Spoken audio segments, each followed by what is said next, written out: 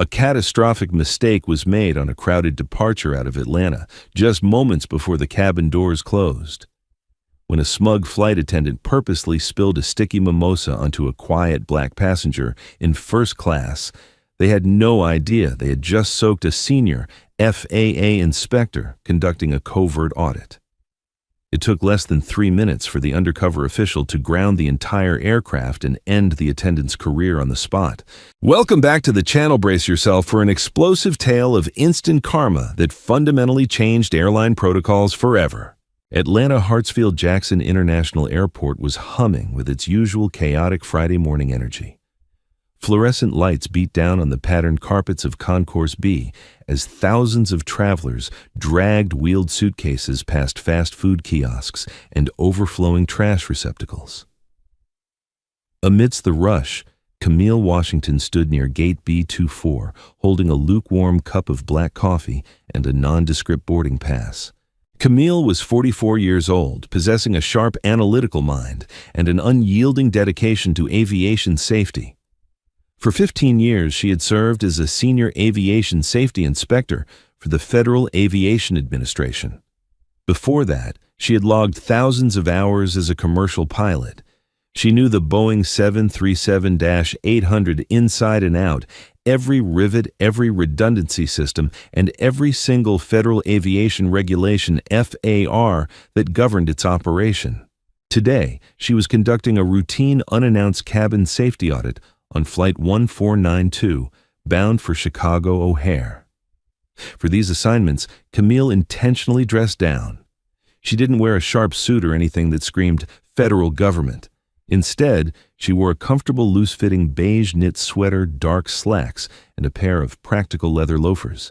She carried a worn leather-bound portfolio that looked like a standard planner, but held her official audit sheets. To the untrained eye, she was just another exhausted traveler heading out for the weekend. And that was exactly the point. The FAA wanted to see how crews operated when they thought nobody important was watching. At the boarding door, the lead flight attendant Bethany Hutchins stood greeting passengers. Bethany was a 15-year veteran of the airline, a woman who wore her seniority like a crown. Her blonde hair was pulled into a severe, regulatory-approved twist, and her uniform was pressed to a razor's edge. However, Bethany's impeccable appearance masked a deeply ingrained arrogance and a toxic complacency. Over the years, she had grown tired of the flying public. She had developed a habit of profiling passengers, deciding within seconds who deserved her standard of care and who was an annoyance. As boarding commenced for first class and priority tiers, Camille joined the line. She observed Bethany conversing with a junior flight attendant, Chloe Sanders. Instead of actively monitoring the boarding process, a crucial safety duty to check for intoxicated passengers, oversized baggage, or suspicious behavior. Bethany was leaning against the forward galley counter, animatedly complaining about her ex-husband's alimony payments. "Boarding pass?" Bethany snapped without looking up as Camille stepped onto the aircraft.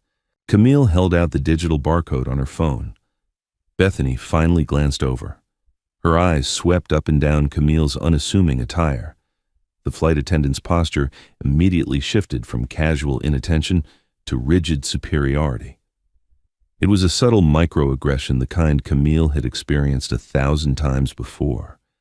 Bethany had clearly decided that this black woman in a plain sweater didn't belong in the premium cabin. "First class is boarding right now, ma'am," Bethany said, her voice dripping with condescension. "Main cabin will be called in a few minutes. You need to step back out to the jet bridge." "I am in first class," Camille replied evenly, her voice calm and measured. "Seat 2B.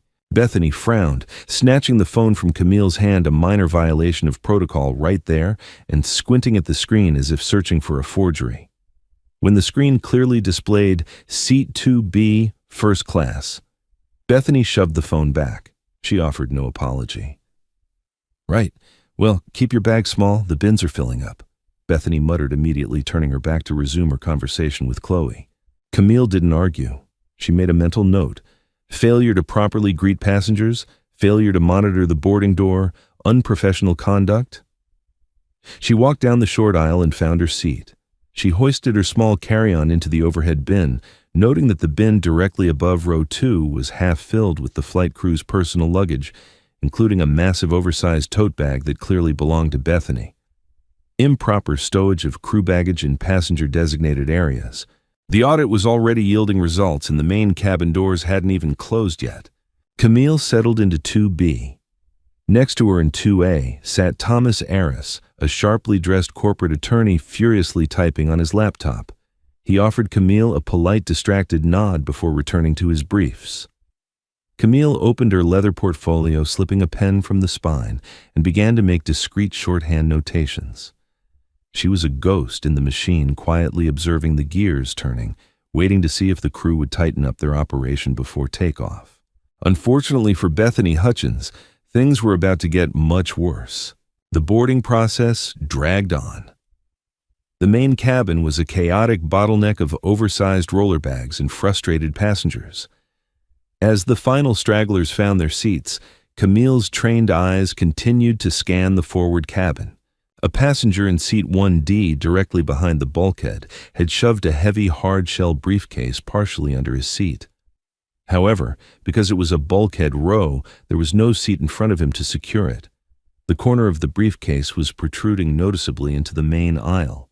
According to FAR Part 121, all baggage must be securely stowed during taxi takeoff and landing, and aisles must remain completely unobstructed for emergency egress. Bethany marched down the aisle doing her final cabin check. She was rushing. She wanted to get in the air so she could sit down and finish her gossip session with Chloe. As Bethany passed row 1, her foot caught the edge of the protruding briefcase. Instead of stopping to instruct the passenger to stow it in the overhead bin, Bethany simply sighed, kicked the briefcase harder under the passenger's legs, and kept walking. It was still blocking an inch of the aisle, posing a severe tripping hazard in a dark cabin emergency. Camille frowned. That was a direct, actionable safety violation. As Bethany approached row 2 to take pre-departure beverage orders, Camille decided to give the flight attendant a chance to correct the error.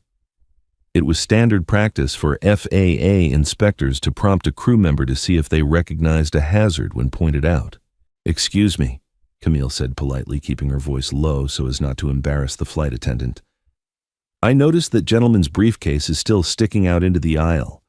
Shouldn't that be placed in the overhead bin for takeoff?" Bethany stopped dead in her tracks. Her jaw tightened and a flash of pure indignation crossed her face.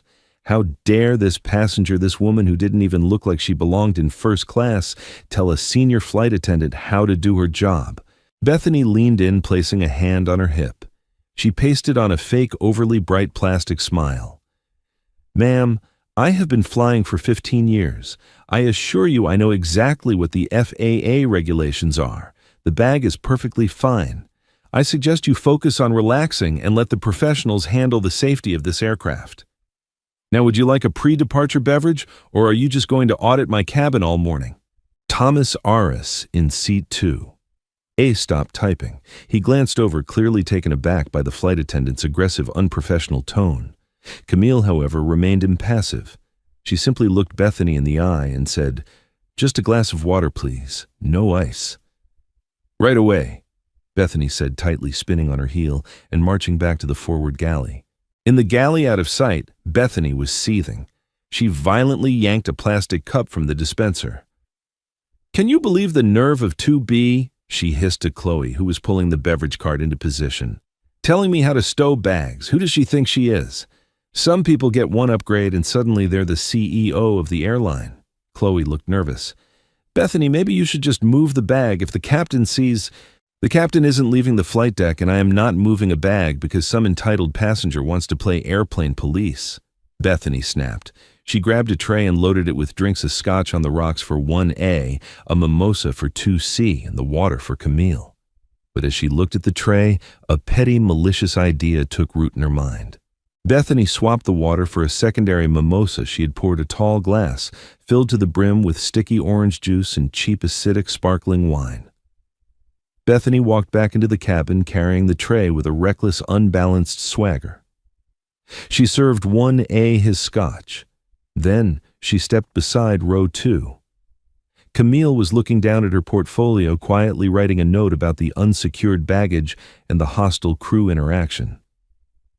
"Here is your drink," Bethany said loudly.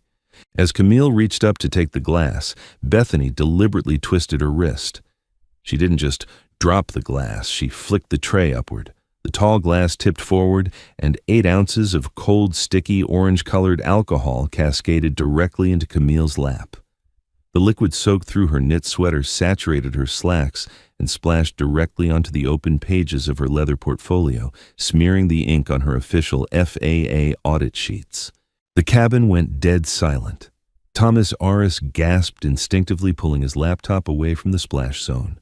Oh my gosh!" Bethany gasped, her tone dripping with theatrical mocking surprise. She didn't reach for a napkin. She didn't offer to help wipe it up. She just stood there looking down at Camille with a triumphant smirk dancing on the edges of her lips. "I am just so incredibly clumsy today. But you know that's exactly why the manual says you should keep your tray table stowed until we reach a safe cruising altitude. Accidents happen when people don't follow the rules."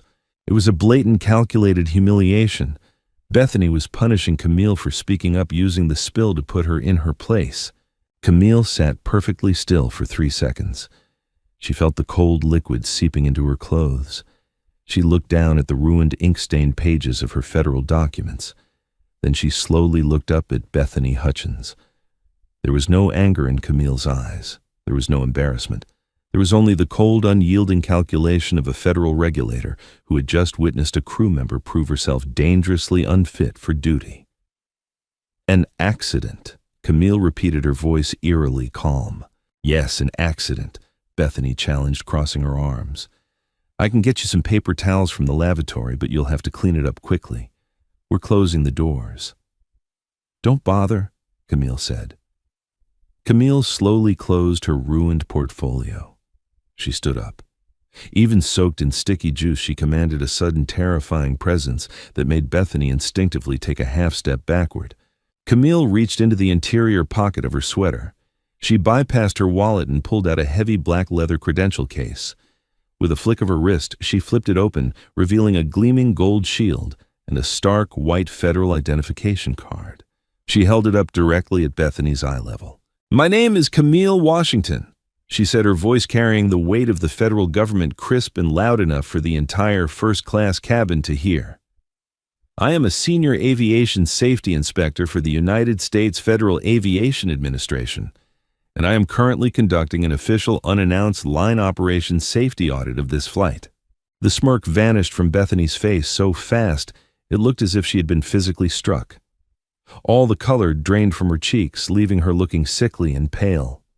Her mouth opened, but no sound came out. Her eyes darted from the gold badge to Camille's ruined documents, and finally to the stern, unblinking eyes of the woman she had just assaulted. Bethany stammered, her hands beginning to tremble. Ma'am, I had no idea." "That is abundantly clear," Camille said coldly. "You failed to monitor the boarding door. You failed to properly secure crew baggage. You intentionally ignored an FAA-mandated safety hazard involving an obstructing item in a bulkhead row. And you just exhibited hostile, retaliatory behavior against a passenger who brought a safety violation to your attention, culminating in the intentional destruction of federal audit documents." Thomas Aris, the lawyer in two. A let out a low whistle. "She intentionally dumped it," he said clearly, making eye contact with Camille. "I saw the whole thing, the wrist flick. I'm happy to go on record, Inspector." "Thank you, sir. I will need your statement shortly," Camille replied without breaking eye contact with the flight attendant. "Please," Bethany whispered, her voice cracking in sudden, desperate panic. The realization of what she had done was crashing down on her, assaulting a federal inspector, sabotaging an audit. "Please, Inspector Washington, I've been flying for 15 years. I have a pension. I was just having a terrible morning. It really was an accident. Let me get you a towel. We can—" "Step aside, Ms. Hutchins," Camille ordered. It was not a request. Camille stepped out into the aisle, brushing past the trembling flight attendant. She walked straight to the reinforced flight deck door. The junior FA Chloe was standing near it, her eyes wide with terror, having heard the entire exchange. "Open the door," Camille commanded Chloe. Chloe, shaking, used the interphone to call the cockpit. "Captain, there's an FAA inspector here. She needs to speak with you." A moment later, the lock clicked and the heavy door swung open. Captain Richard Davis, a silver-haired veteran who generally trusted his crew to run the back of the house while he handled the flying, looked out in confusion. His first officer, Jason Miller, craned his neck to see what was happening. "Can I help you, ma'am?" Captain Davis asked, taking in Camille's juice-stained clothing. Camille presented her credentials to the captain. He immediately recognized the badge and sat up straighter, his demeanor shifting to absolute professional respect. "Inspector Washington," Captain Davis said, "what seems to be the problem?" "Captain Davis," Camille said firmly, "I have been on board this aircraft for 20 minutes. In that time, I have documented 4 separate violations of Title 14 of the Code of Federal Regulations, Part 121. Furthermore, your lead flight attendant, Bethany Hutchins, is exhibiting dangerously erratic and retaliatory behavior, making her unfit for duty." Captain Davis looked past Camille to see Bethany standing in the aisle, crying silently, her hands covering her face. "What happened?" the captain asked, alarmed. "She intentionally spilled a beverage on me to retaliate for my pointing out an unsecured bag blocking an emergency egress route," Camille stated factually. "She also destroyed my active audit paperwork in the process." The first officer dropped his pen. Captain Davis's jaw clenched. He knew exactly what this meant. A crew member unfit for duty meant the crew was incomplete. The safety violations meant the pre-flight checks were invalid. Captain!" Camille continued, her voice echoing slightly in the quiet forward galley. "Under the authority vested in me by the administrator of the Federal Aviation Administration, I am officially declaring this aircraft out of compliance. I am grounding Flight 1492. The words hung in the air like a death sentence. Grounding the flight. It was the nuclear option. It meant hundreds of thousands of dollars lost, furious passengers, missed connections, and a massive federal investigation into the airline. "Inspector," Captain Davis said, slowly trying to salvage the situation, "if I remove Ms. Hutchins from the aircraft and call for a reserve flight attendant, can we rectify the compliance issues and proceed?" "Dre." "No, Captain," Camille replied, shutting down the negotiation immediately.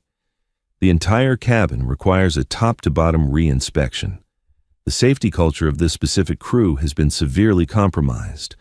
You will shut down the APU. You will instruct the gate agent to reattach the jet bridge, and you will order the immediate deplaning of all passengers." Captain Davis looked at his instruments, then back at Camille. He didn't argue. "You do not argue with a senior FAA inspector who has just been assaulted by your crew." "Yes, ma'am," Captain Davis said heavily. He reached for the PA microphone. In the aisle, Bethany Hutchins collapsed into the jump seat, sobbing into her hands. The career she had lorded over others for 15 years was over. The pension she was relying on was gone, and the federal charges for assaulting an inspector hadn't even begun. Captain Davis's voice crackled over the public address system, lacking its usual reassuring pilot cadence. Instead, it was tight-clipped and heavy with unprecedented bad news. "Ladies and gentlemen, this is your captain speaking from the flight deck. Due to an immediate and unforeseen regulatory compliance issue involving cabin safety personnel, this aircraft has been officially grounded by the Federal Aviation Administration. We are required to power down all systems and return to the gate. Please remain seated while the jet bridge is reattached. You will all be deplaning shortly. Further instructions regarding rebooking will be provided by gate agents inside the terminal. I apologize for the profound inconvenience." Total bedlam erupted in the cabin. A collective groan of disbelief swelled into outraged shouts. Laptops slammed shut. Business travelers cursed under their breath, frantically pulling out their cell phones to salvage missed meetings in Chicago. Vacationers groaned loudly. In the midst of the escalating chaos, Camille Washington calmly used a napkin to dab the worst of the sticky orange liquid from her ruined slacks. She remained seated, her posture impeccable, an island of absolute tranquility in a sea of rising panic. Down in the forward galley, Bethany Hutchins was hyperventilating. She was slumped against the aluminum bulkheads, her face buried in her hands, her immaculate blonde twist now slightly unspooled. Chloe Sanders, the junior flight attendant, stood as far away from her as physically possible, looking like a deer caught in headlights. Chloe knew her career was hanging by a thread just by being on the same crew, and she desperately wanted to distance herself from the radioactive disaster sitting on the jump seat. Within minutes, the heavy thud of the jet bridge locking against the fuselage echoed through the cabin. The main door was wrenched open from the outside, but it wasn't a smiling gate agent who stepped on board. It was two armed officers from the Atlanta Police Department's Airport Division, accompanied by a stern-looking man in a high-visibility vest, Gregory Hughes, the airline's Atlanta station manager. Gregory's eyes swept the cabin, taking in the angry passengers, and landed immediately on the woman in the juice-stained sweater holding the gold federal badge. He swallowed hard. Station managers lived in perpetual fear of the FAA. A grounded plane meant tens of thousands of dollars hemorrhaging by the minute, to say nothing of the massive regulatory fines that were certainly coming down the pipeline. Inspector Washington. Gregory approached her with his hands slightly raised in a placating gesture. Gregory Hughes, station manager. I was just briefed by Captain Davis via radio. We are incredibly sorry for... Mine? Mr. Hughes. Camille interrupted, her voice cutting through his corporate apology like a scalpel. Apologies are irrelevant at this juncture. This is an active federal incident. I need you to secure the aircraft for passenger deplaning. Once the cabin is clear, no crew member is to leave this vessel until they have been interviewed by law enforcement. Law enforcement? Gregory blinked suddenly, realizing the police officers weren't just there for crowd control. Yes, Camille said evenly. Your lead flight attendant intentionally poured a beverage on me to deliberately destroy official government documents during an active audit. That is a federal offense under Title 18 of the United States Code. She is not just fired, Mr. Hughes. She is under arrest. Gregory turned pale. He looked back at the two officers, who nodded grimly and bypassed the first-class cabin, heading straight for the forward galley. Bethany Hutchins! The taller officer asked, unhooking the handcuffs from his belt. Bethany looked up, her mascara running in thick black streaks down her cheeks. No, please. You don't understand. I'm a senior flight attendant. I have a spotless white. Stand up, ma'am. Keep your hands where we can see them, the officer commanded. As the officers pulled Bethany to her feet and secured her wrists behind her back, the passengers in first class fell dead silent. The anger over the delayed flight temporarily evaporated, replaced by pure, morbid fascination. Bethany, who had strutted through the aisle just 20 minutes prior like she owned the aircraft, was now sobbing uncontrollably, the metallic click of the handcuffs echoing sharply. They marched her down the aisle, right past Camille.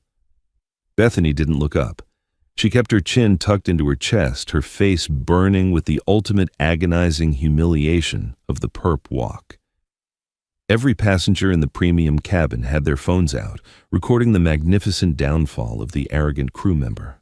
Thomas Aris, the corporate attorney in seat 2, leaned over to Camille as Bethany was dragged off the plane.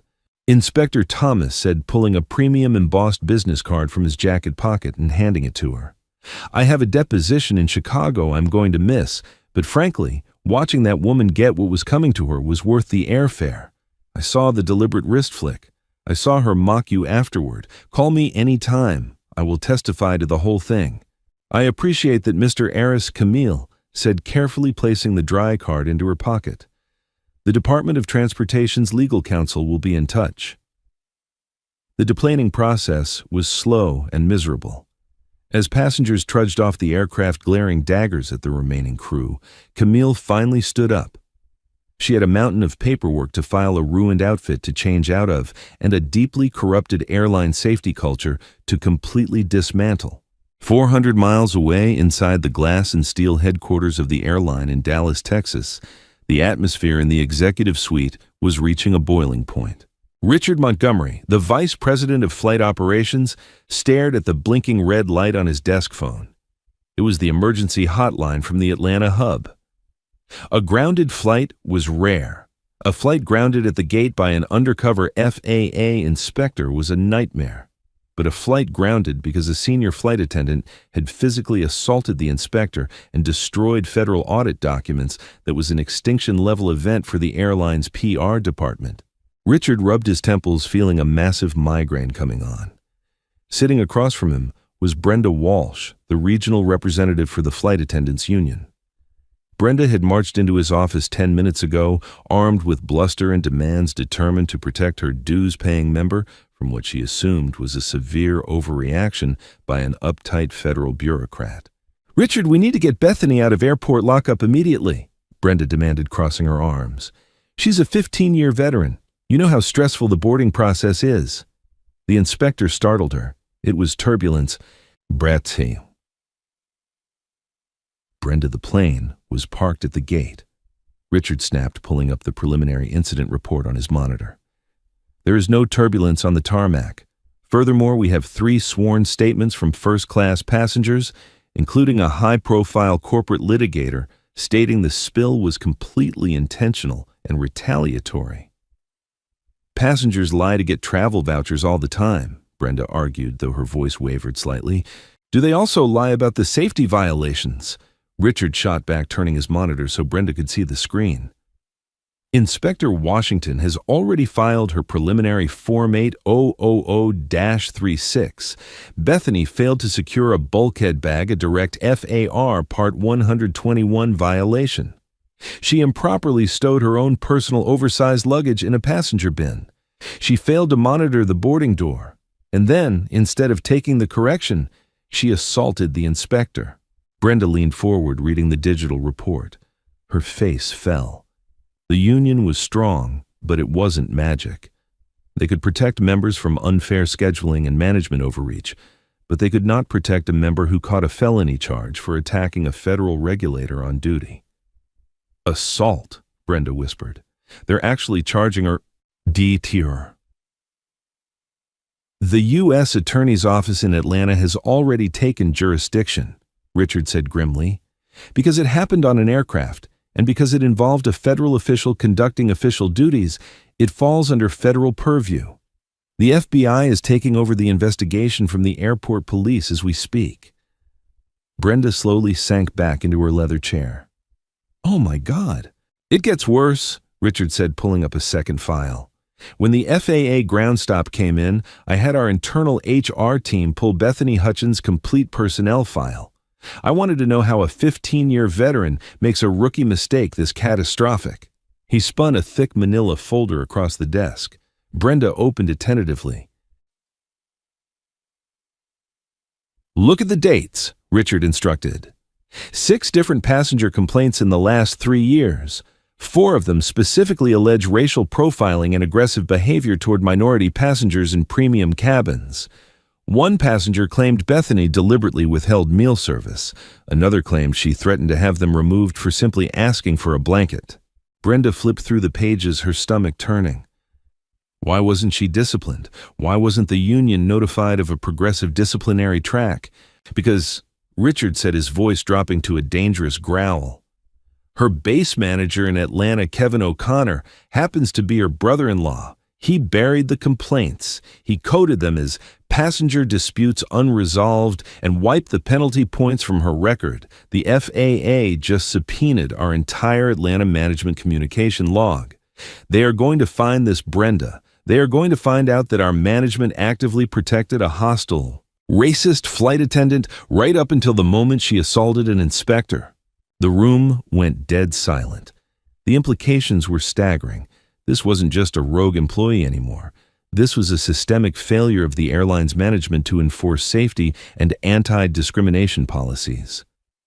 "So," Brenda said quietly, closing the folder, "what is the play?" "The play is survival," Richard said coldly.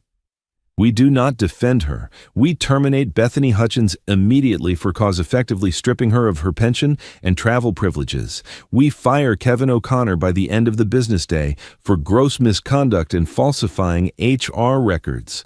And we issue a full unconditional surrender to the FAA. We open our books, we accept the fines, and we beg Inspector Washington not to ground our entire Atlanta operation. Meanwhile, in a sterile interrogation room at the Atlanta Airport Police Precinct, Bethany Hutchins was finally realizing the gravity of her situation. She sat shivering in her uniform blouse. The police had confiscated her blazer and scarf when they processed her. Across the metal table sat two federal agents, one from the FBI and one from the Department of Transportation's Office of Inspector General. "I want to make a phone call," Bethany said, her voice shaking. "I want my union rep." The FBI agent, a tired-looking man named Agent Caldwell, slid a piece of paper across the table. It was a fax from the airline's headquarters. "Your union rep declined to be present, Ms. Hutchins," Caldwell said flatly. "And as of 10 minutes ago, you are no longer employed by the airline. Your termination is effective immediately." Bethany stared at the paper. The bold words, "Notice of immediate termination for cause," swam before her eyes. 15 years of flying gone in the span of an hour. "You can't do this," she whispered, tears welling up again. "It was just a drink. It was an accident. She startled me and my wrist slipped." The DOT agent leaned forward. "Ms. Hutchins, we have the sworn statement of Thomas Aris, a passenger who watched you intentionally flick your wrist. We have the statement of Chloe Sanders, your junior flight attendant, who testified that you complained about the inspector and deliberately poured a secondary unrequested beverage to bring to her. We have the physical evidence of the ruined federal documents." Bethany's breath hitched. Chloe. Chloe had turned on her. "You didn't just spill a drink," Agent Caldwell added, his tone devoid of any sympathy. "You interfered with the duties of a federal aviation safety inspector. You destroyed official government records. You created a hostile environment that led to the grounding of a commercial aircraft, costing your former employer an estimated $200,000 in passenger compensation and logistical rerouting." I didn't know who she was," Bethany pleaded, playing her final desperate card. "She wasn't wearing a uniform. She didn't look like she belonged in first class. I thought she was just an entitled passenger." Agent Caldwell raised an eyebrow. "She didn't look like she belonged. Would you care to elaborate on that, Ms. Hutchins? Because your HR file indicates a rather consistent pattern of deciding certain demographics don't belong in your cabin." Bethany snapped her mouth shut. She realized entirely too late that every word she spoke was digging her grave deeper. She had operated for years under the assumption that her seniority and her brother-in-law's protection made her untouchable. She had treated the aircraft as her personal fiefdom, dispensing privileges to those she deemed worthy and punishing those who dared to question her authority. But she had flown too close to the sun. She had unleashed her petty tyranny on the exact wrong person at the exact wrong time. "You're facing up to 5 years in federal prison for the assault and interference charges," Agent Caldwell stated, standing up and gathering his files. "We recommend you use your phone call to find a very good defense attorney.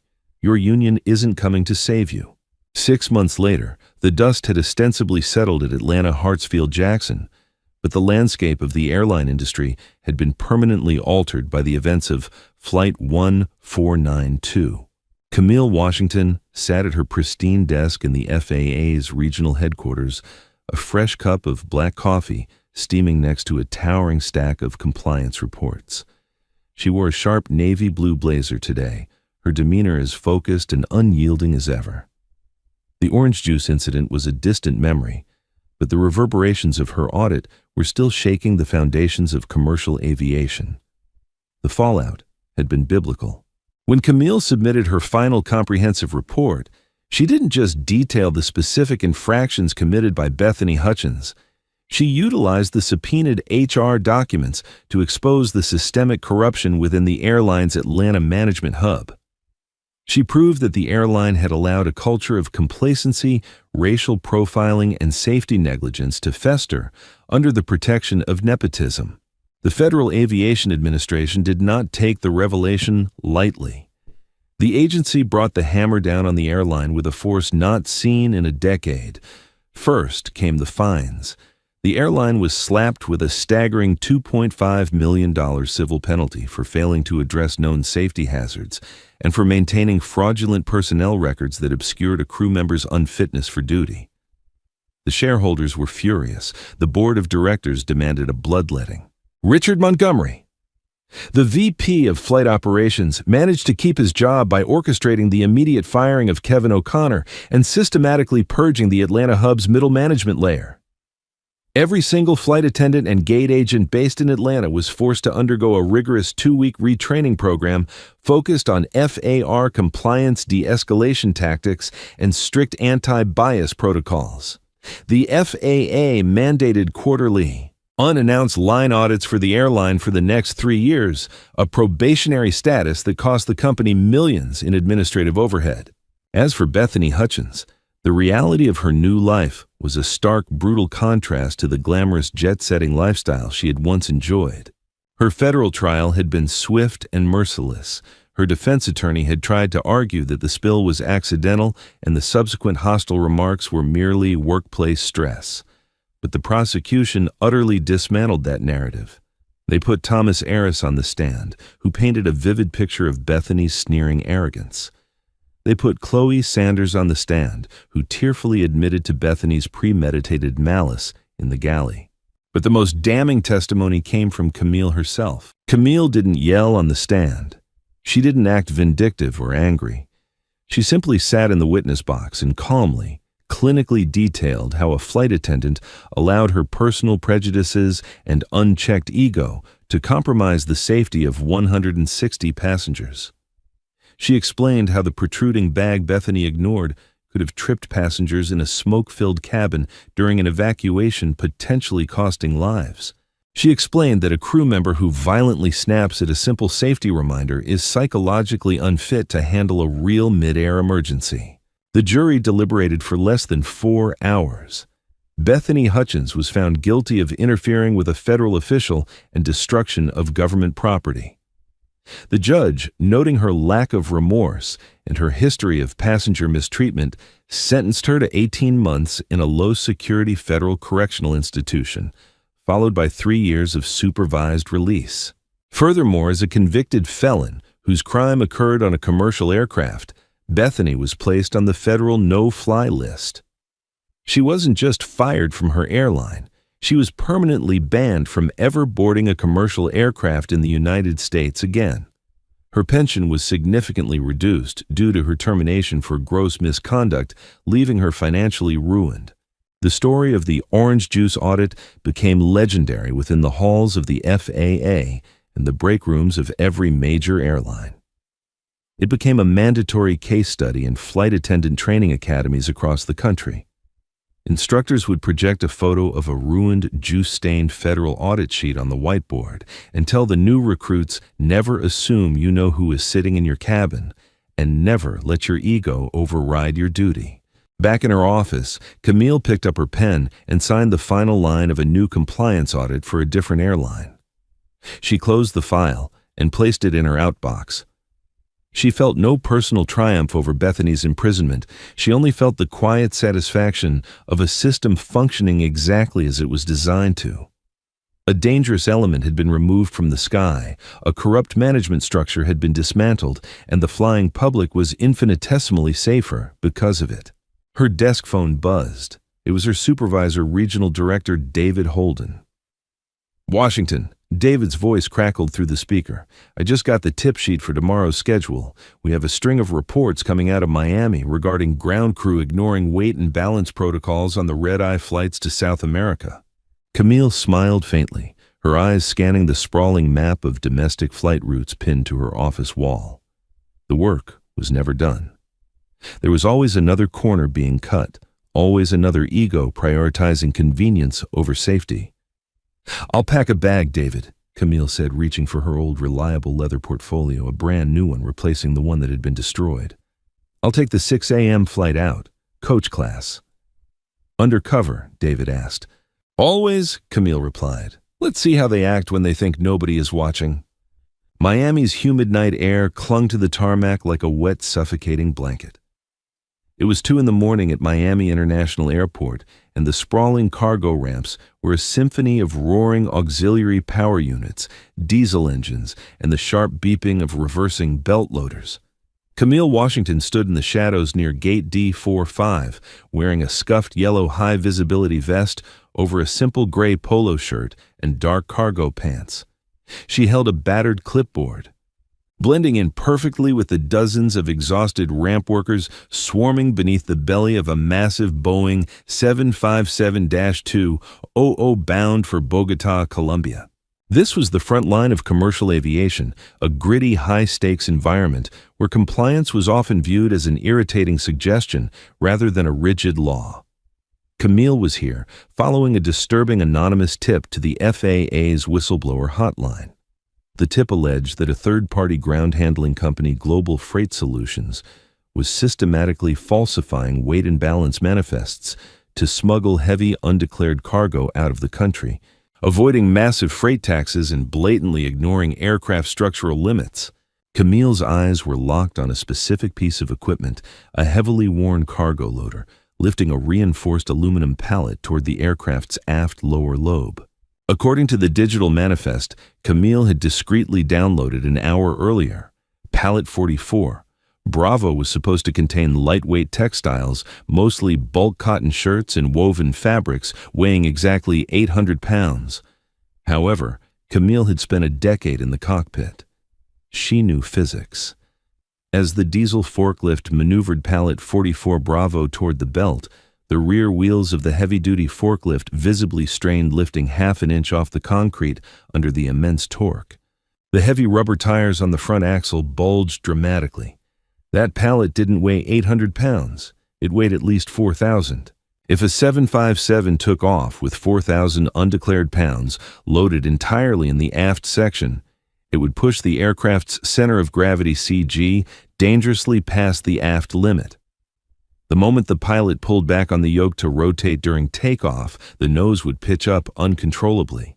The aircraft would suffer a catastrophic aerodynamic stall at 200 feet and slam tail first into the Florida swampland.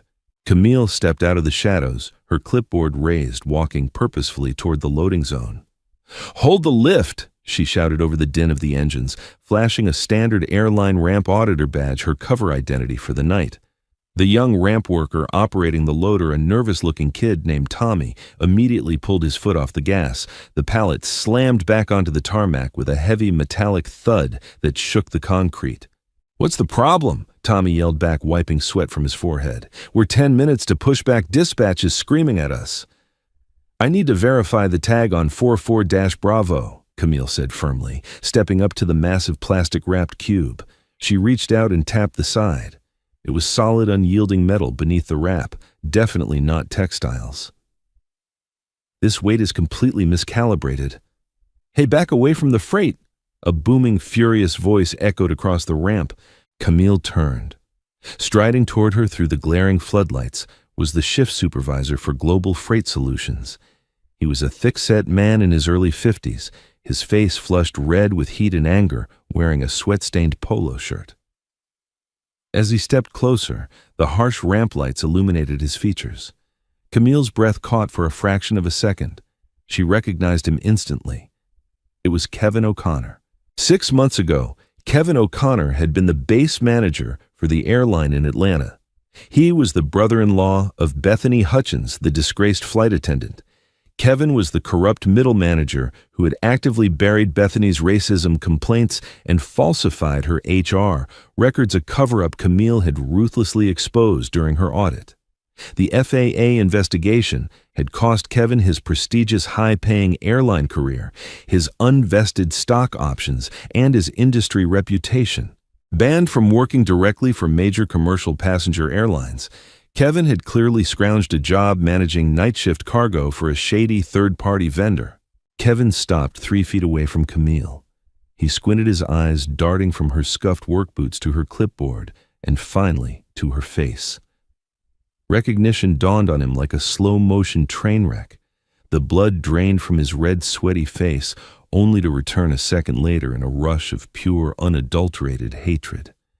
"You," Kevin hissed the word slipping through his teeth like venom. "Camille Washington." "Mr. O'Connor," Camille replied, her voice remaining perfectly level, betraying zero emotion. "I see you've transitioned to logistics." "What the hell are you doing on my ramp?" Kevin demanded, stepping into her personal space, trying to use his physical size to intimidate her. "This is a secured vendor area. You don't have jurisdiction here unless you have a warrant." "I am conducting a routine ramp safety audit," Camille stated, refusing to back up an inch. "And my jurisdiction covers any commercial aircraft operating under FAR Part 121. I am holding this pallet. The weight is grossly misrepresented on the load manifest. If this goes into the aft hold, the aircraft will be out of balance." Kevin let out a harsh barking laugh that held no humor. He looked around at his crew, making sure they were watching. "You think you can just show up in Miami and destroy my life again? Not this time, Washington. This pallet was weighed and certified by the TSA screening facility. The paperwork is flawless. Tommy put the damn freight on the belt now." Tommy hesitated, looking terrified between the imposing supervisor and the calm, authoritative woman. "But Tommy," Camille warned, locking eyes with the young man, "if you load that pallet and this plane crashes on takeoff, your signature is on the ground handling log. You will face federal manslaughter charges. Do not touch that machinery." Tommy threw his hands in the air and literally backed away from the forklift. "I'm out. I ain't going to jail for $10 an hour." Kevin's face contorted with rage. He shoved Tommy aside. "Useless idiot. I'll do it myself." Kevin climbed into the operator's seat of the forklift. He jammed it into gear. He wasn't just trying to load the plane. He was actively defying a federal inspector to protect a highly illegal, lucrative smuggling operation. Global Freight Solutions was being paid tens of thousands of dollars under the table to ship heavy automotive machinery disguised as textiles, and Kevin was getting a massive cut. Camille knew she couldn't physically stop the heavy machinery. She immediately pulled her two-way radio from her belt to call the airport tower and order an immediate ground stop for the aircraft. But Kevin was faster, and he was desperate. "Get out of the loading zone, Inspector, or I'll run you over," Kevin snarled, revving the diesel engine. He didn't mean it as a literal threat of murder, but the massive steel fork swung dangerously close to Camille's knees. Camille stepped back, maintaining a safe perimeter, but her eyes never left the pallet. "You are officially interfering with a federal investigation, O'Connor. I am calling the flight deck." As Camille raised her radio, Kevin realized he had one chance to silence her before the pilots shut down the engines. He slammed the forklift into park, leaped out of the cab, and sprinted toward the belt loader that connected to the open door of the aircraft's aft cargo hold. "Hey!" Kevin yelled to the two loaders working inside the belly of the plane. "Break time! Get out of there! We have a union dispute on the ramp!" The two workers, confused but happy for a break, scrambled down the belt loader and walked away. The aft cargo door remained wide open, a gaping black maw leading into the belly of the 757. Camille, needing absolute proof of the fraud, made a calculated, risky decision. She needed the ULD unit load device tracking numbers from the pallets already loaded inside the hold to prove Kevin's team was systematically overloading the tail. Leaving her radio on the tarmac so Kevin couldn't snatch it, she quickly stepped onto the rubber belt loader and strode up into the dark, cavernous cargo hold. She pulled a small flashlight and a digital camera from her vest. She only needed 10 seconds. She snapped 3 high-resolution photos of the metal shipping crates strapped down in the back crates, clearly stamped with automotive manufacturing logos, completely contradicting the textiles manifest. Down on the tarmac, Kevin watched her step into the hold. A dark, twisted smile spread across his face. Karma, he thought, was finally working in his favor. Camille Washington had taken away his pension, his dignity, and his family's stability. Now she was trespassing inside a live aircraft. Kevin marched over to the exterior control panel mounted on the fuselage next to the cargo door. "Have a nice flight to Bogota, Inspector," Kevin whispered to himself. He slammed his hand onto the red door close button. Inside the hold, Camille heard the hydraulic whine before she saw it. She spun around just in time to see the heavy reinforced aluminum door swinging downward. She lunged for the opening, but she was 30 feet deep inside the hold. The heavy door slammed shut with a definitive locking, clang plunging the cargo hold into absolute pitch-black darkness. Camille slammed her fists against the cold metal door. "Open this door! Federal agent, open the door!" There was no response. Through the thick aluminum hull, she felt the vibrations of the belt loader being driven away from the aircraft. Kevin had actually locked her inside. Panic is a luxury an aviation professional cannot afford. Camille took a deep breath, forcing her heart rate to slow. She clicked on her small flashlight, casting a narrow beam across the cramped claustrophobic space. She was surrounded by massive metal pallets tied down with heavy netting. The ceiling was so low she had to remain crouched. This wasn't just an inconvenience, it was a lethal trap. The aft cargo hold of this specific 757 configuration was not climate-controlled and was unpressurized. Once the aircraft climbed past 10,000 feet, the temperature inside this hold would drop to minus 40 degrees, and the oxygen would be completely depleted. She would suffocate and freeze to death within 20 minutes of takeoff. Even worse, the plane was wildly out of balance. If the pilot attempted to take off with the fraudulent weight Kevin had already loaded, Camille wouldn't even live long enough to freeze. The plane would stall and crash at the end of the runway. She checked her cell phone. No service. The thick metal fuselage and the thousands of pounds of surrounding cargo acted as a perfect Faraday cage blocking all cellular signals. Outside, the massive Rolls-Royce engines of the 757 began their high-pitched whining spool-up sequence. The floor beneath her boots vibrated violently. The aircraft was preparing to push back from the gate. She had less than 5 minutes before they began their taxi to the active runway. Camille crawled rapidly over the heavy cargo netting, ignoring the sharp metal edges tearing at her cargo pants and skin. She knew Boeing schematics like the back of her hand.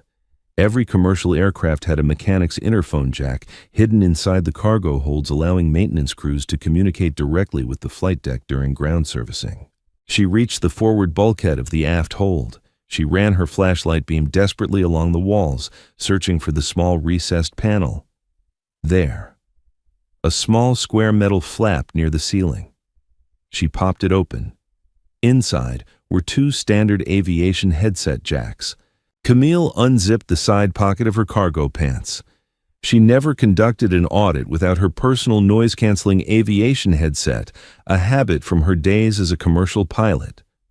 She quickly plugged the twin jacks into the panel and slipped the headset over her ears.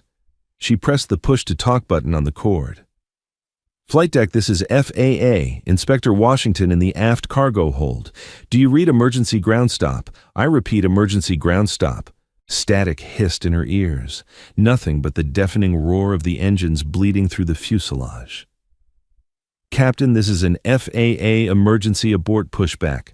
The plane suddenly jerked backward. The pushback tractor had engaged. They were moving. In the cockpit of Flight 882, Captain David Miller was running through his final pre-taxi checklists. He was a veteran pilot eager to get this heavy bird in the air and head south. His first officer was coordinating with Miami ground control. Suddenly, a sharp, urgent voice sliced through the internal intercom channel in David's headset, a channel exclusively reserved for ground mechanics. "Emergency ground stop. I repeat, emergency ground stop. Captain, if you take off, this aircraft will stall."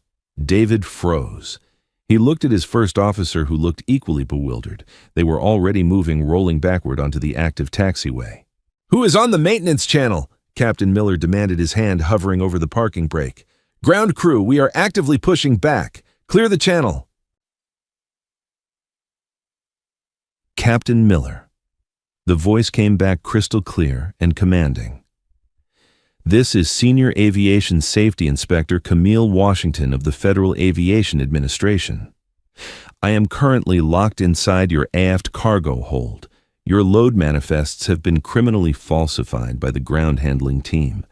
Your aft hold is overloaded by at least 12,000 pounds of undeclared machinery.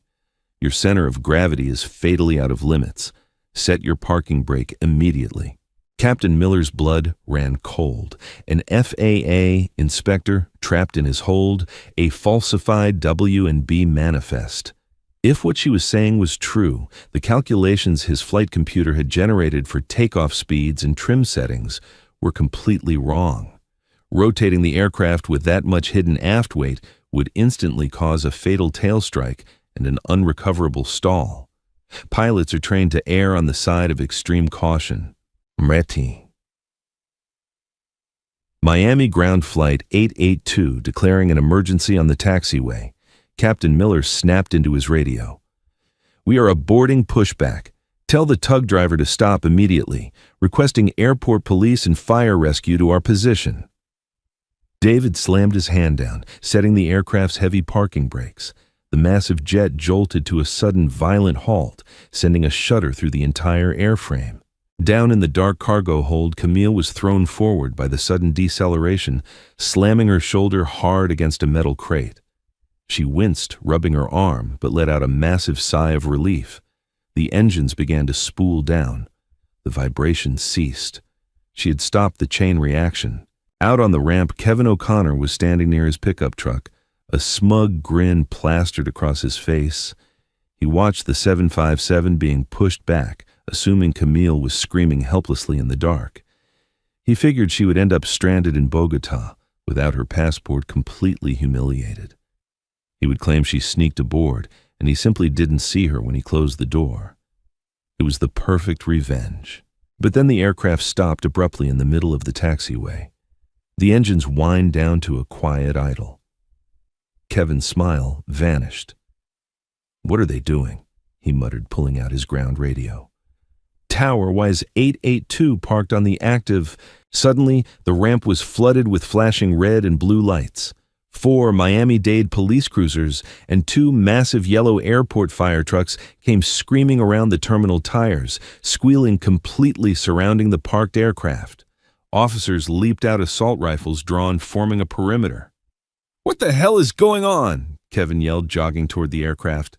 2 fire rescue personnel ran to the aft cargo door. They bypassed the electronic controls using the manual emergency release valve. The heavy door hissed and slowly swung open. A collective gasp went through the ground crew as a figure appeared in the doorway. Camille Washington stepped out into the blinding glare of the police floodlights. Her high-visibility vest was torn, her hands were covered in black grease, and she was bleeding slightly from a scrape on her cheek. But her posture was as regal and terrifying as ever.